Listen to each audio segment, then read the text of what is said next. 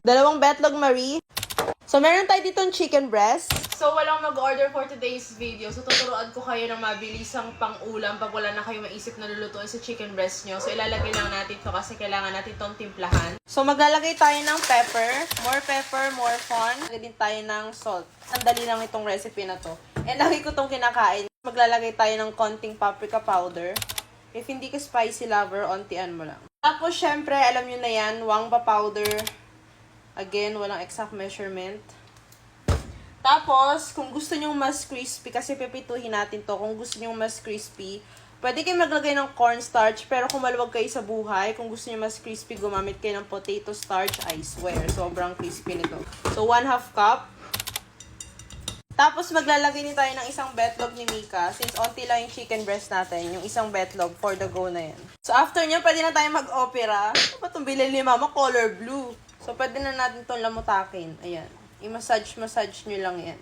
So, ayan, kapag naging ganito na yung consistency niya, nag-budding all together na yung mga nilalagay natin, isa-set aside lang natin yan, tapos gagawin na natin yung sauce. So, super easy lang ng sauce natin kung wala kayong ganyan sa isang mangkok or whatever. So, first, 1 teaspoon ng garlic.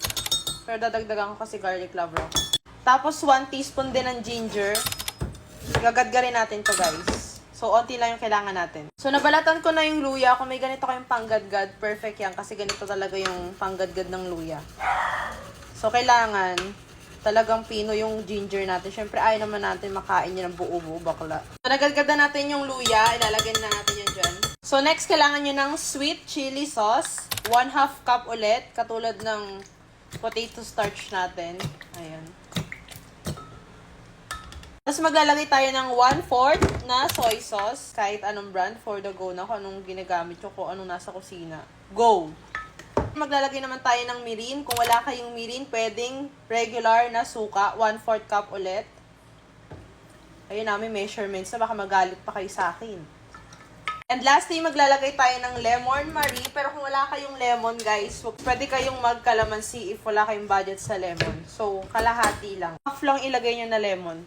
So, after ng mga pinaglalagay natin, imimix nyo na yan, and that's it, di ba? Sobrang dali lang ng sauce.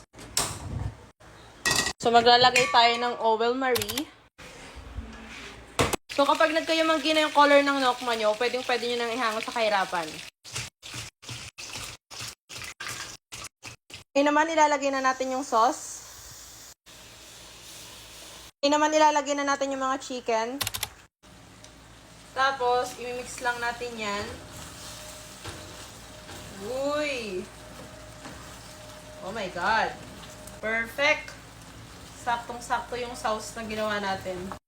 And that's it, guys. Luto na. O, diba? Sobrang easy pero masarap. Siyempre, kain na ng time. Guys, cheers!